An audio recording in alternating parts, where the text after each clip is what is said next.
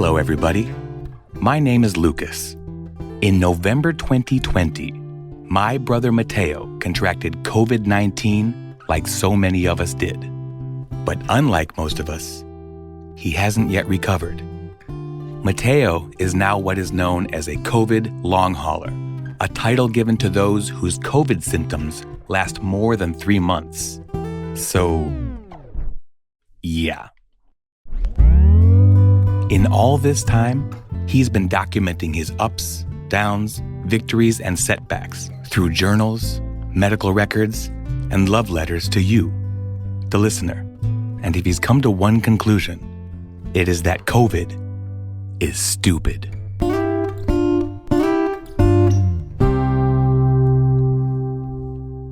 This week on COVID is Stupid, we're going to do things a little bit differently.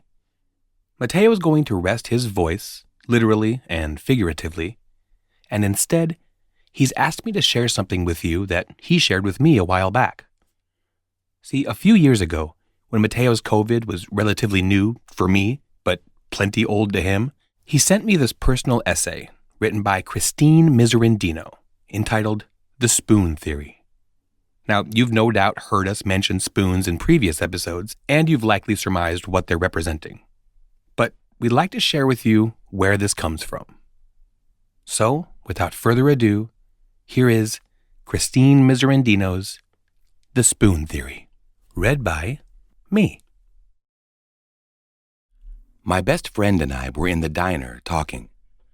As usual, it was very late and we were eating French fries with gravy. Like normal girls our age, we spent a lot of time in the diner while in college. And most of the time, we spent talking about boys, music, or trivial things that seemed important at the time. We never got serious about anything in particular and spent most of our time laughing. As I went to take some of my medicine with a snack, as I usually did, she watched me with an awkward kind of stare instead of continuing the conversation. She then asked me out of the blue what it felt like to have lupus and be sick. I was shocked. Not only because she asked the random question, but also because I assumed she knew all there was to know about lupus. She came to doctors with me. She saw me walk with a cane and throw up in the bathroom. She had seen me cry in pain. What else was there to know? I started to ramble on about pills and aches and pains, but she kept pursuing and didn't seem satisfied with my answers. I was a little surprised as, being my roommate in college and friend for years, I thought she already knew the medical definition of lupus. Then she looked at me with the face that every sick person knows well, the face of pure curiosity about something no one healthy can truly understand. She asked what it felt like, not physically, but what it felt like to be me, to be sick. As I tried to gain my composure, I glanced around the table for help or guidance, or at least stall for time to think. I was trying to find the right words. How do I answer a question I was never able to answer for myself? How do I explain every detail of every day being affected and give the emotions a sick person goes through with clarity? I could have given up, cracked a joke like I usually do, and changed the subject. But I remember thinking, if I don't try to explain this, how could I ever expect her to understand? If I can't explain this to my best friend, how could I explain my world to anyone else? I had to at least try. At that moment, the spoon theory was born. I quickly grabbed every spoon on the table. Hell, I grabbed spoons off other tables. I looked at her in the eyes and said, "Here you go. You have lupus."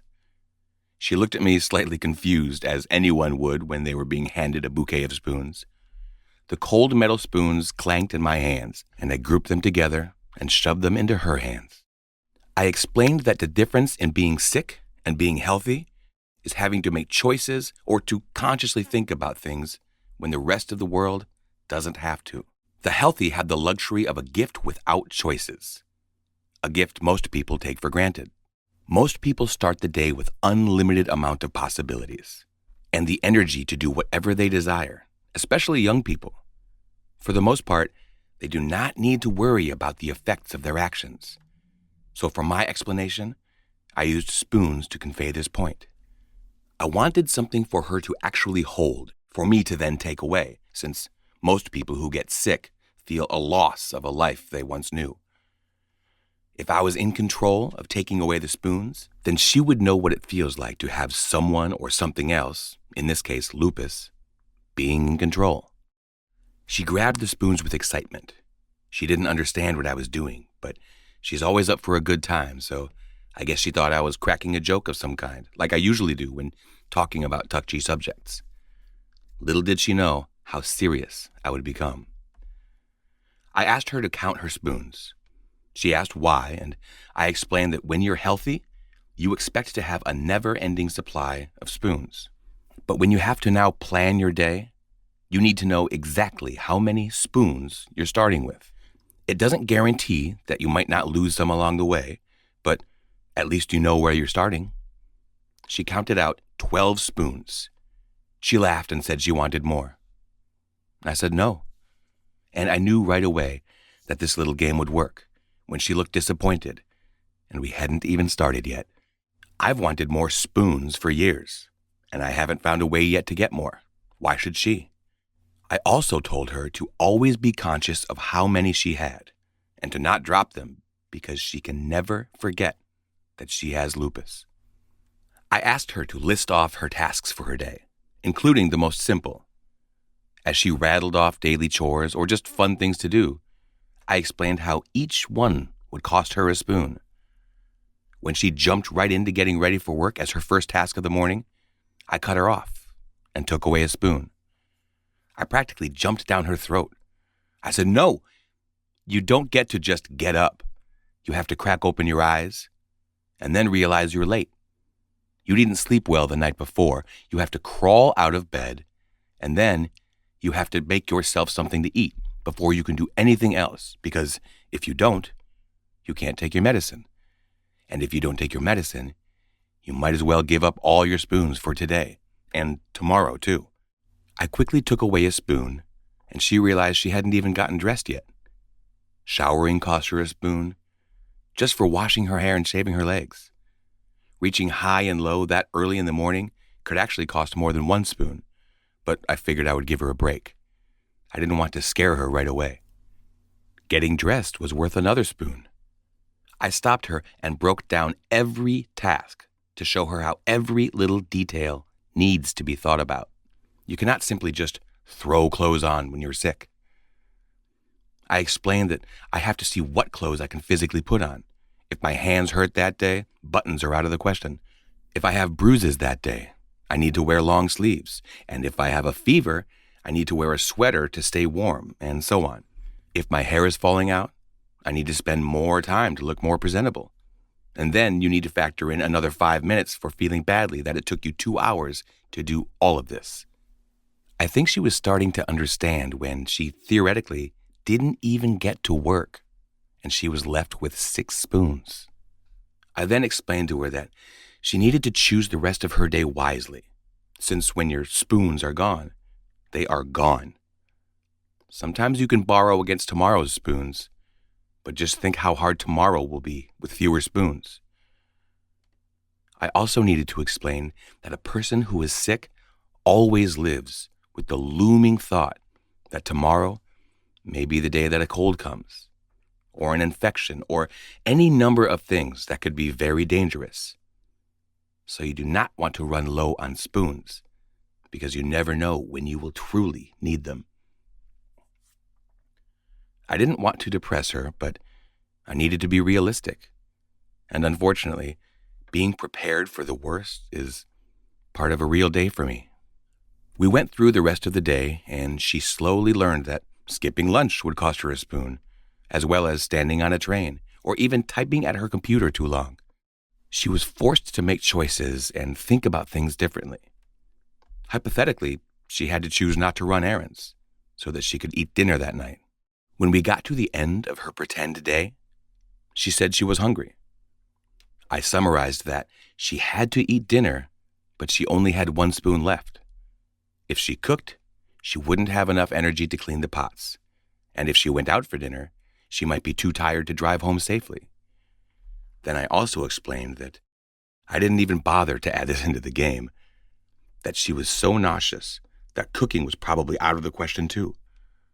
So she decided to make soup. It was easy. I then said, "It is only 7 p.m. You have the rest of the night, but maybe end up with 1 spoon. So you can do something fun, or clean your apartment, or do chores. But you can't do it all." I rarely see her emotional, so when I saw her upset, I knew maybe I was getting through to her. I didn't want my friend to be upset, but at the same time, I was happy to think maybe someone understood me a little bit. She had tears in her eyes and asked me quietly, "Christine, how do you do it? Do you really do this every day?" I explained that some days were worse than others. Some days I have more spoons than most, but I can never make it go away, and I can't forget about it. I always have to think about it. I handed her a spoon I had been holding in reserve. I said simply, "I have learned to live life with an extra spoon in my pocket, in reserve. You always need to be prepared." It's hard. The hardest thing I have ever had to learn is to slow down and not do everything. I fight this to this day. I hate feeling left out, having to choose to stay home, or to not get things done as I want to. I wanted her to feel that frustration. I wanted her to understand that everything everyone does comes so easy, but for me, it's 100 little jobs in one. I need to think about the weather, my temperature that day, and the whole day's plans before I can attack any one given thing. When other people can simply do things, I have to attack it and make a plan like I am strategizing a war. It is in that lifestyle the difference between being sick and healthy. It is the beautiful ability to not think, just do. I miss never having to count spoons. After we were emotional and talked about this for a little while longer, I sensed she was sad. Maybe she finally understood.